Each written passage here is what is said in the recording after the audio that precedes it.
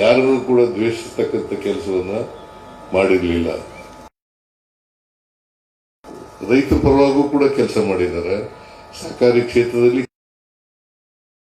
ಮೂಲತಃ ವಕೀಲರಾಗಿದ್ದಂಥವ್ರು, ಸ್ವಲ್ಪ ದಿನ ವಕೀಲರು ಕೆಲಸ ಮಾಡೋರು. ಆಮೇಲೆ 53ರಲ್ಲಿ ರಾಜಕಾರಣ ಪ್ರವೇಶ ಮಾಡಿ ಪುರಸಭೆಯ ಬಾಲ್ಕಿ ಪುರಸಭೆಯ ಅಧ್ಯಕ್ಷರಾಗಿದ್ದರು. ಆಮೇಲೆ 2 ಬಾರಿ ಮೇಲ್ಮನೆಯ ಸದಸ್ಯರಾಗಿದ್ದರು. ಒಮ್ಮೆ ಮಾತ್ರ ಅವ್ರಿಗೆ ಮಂತ್ರಿ ಆಗಿದ್ದರು. ವೀರಪ್ಪ ಮೊಯ್ಲಿ ಅವರು ಮುಖ್ಯಮಂತ್ರಿ, ಸಾರಿಗೆ ಸಚಿವರಾಗಿದ್ದರು. ಈಗಾಗಲೇ ಪೂಜ್ಯ ಸ್ವಾಮೀಜಿಯವರು ಹೇಳಿದ್ದಾರೆ, ಅವರು ಇದ್ದಂತ ಕಾಲ ಸಾರಿಗೆ ಸಚಿವರಾಗಿದ್ದಂತ ಕಾಲದಲ್ಲಿ ಹಾಕಿದ್ರು ಅಂತಕ್ಕಂಥ ಮಾತುಗಳನ್ನ ಹೇಳಿದರು. ಅಲ್ಲಿವರೆಗೆ ಬಸ್ಗಳು ಇರಲೇ ಇಲ್ಲ ಅಲ್ಲಿಗೆ ಕೂಡಲ ಸಂಗಮಕ್ಕೆ. ಅವರು ಆ ಕಾಲದಲ್ಲಿ ಬೆಂಗಳೂರಿಂದ ಕೂಡಲ ಸಂಗಮಕ್ಕೆ ಬರ್ತಕ್ಕಂಥ ರೀತಿಯಲ್ಲಿ ಬಸ್ಗಳನ್ನು ಹಾಕಿದರು. ಸೊ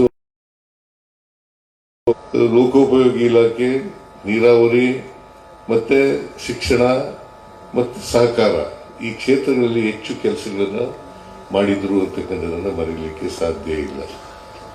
ಅವರು ಬಹಳ ದೀರ್ಘಕಾಲ ಬದುಕಿದ್ರು.